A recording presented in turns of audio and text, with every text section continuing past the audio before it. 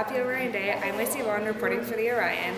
I'm reporting from the BMU at How to Find Your Dream Job seminar with Adam Carroll.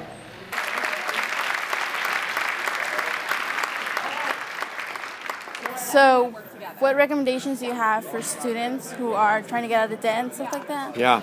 Obviously, when you find yourself in a hole, the key is to stop digging. So one of the things that I talk to students about is that, borrowing student loans is sort of a necessary evil, but the key is really to live like a broke college kid when you're in college. So if you're using student loans to, ramp up your lifestyle, that's probably not the most wise use of the money. Also, if you're using credit cards, to buy things that you can eat, drink, or wear, we want to stop that automatically. And then changing the way you think about how money is made. So some students will say, well, I can get a job and it pays $9 an hour. Or you could put yourself out on Craigslist as a tutor in Spanish, let's say, and charge $35 or $40 an hour and have people lining up to pay you that. So it's really about deciding what you're worth versus letting someone else decide what you're worth.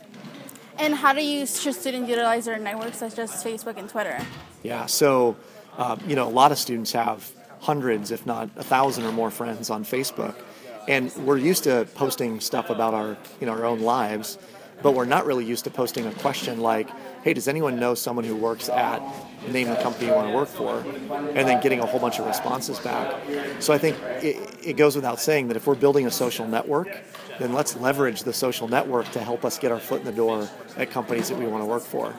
Today it's going to be partly cloudy with the highs in the 60s and the lows in the 30s. Tomorrow's going to warm up a little bit with the highs in the 60s and the lows in the 40s. So make sure you check out the career fair today happening in the BMU.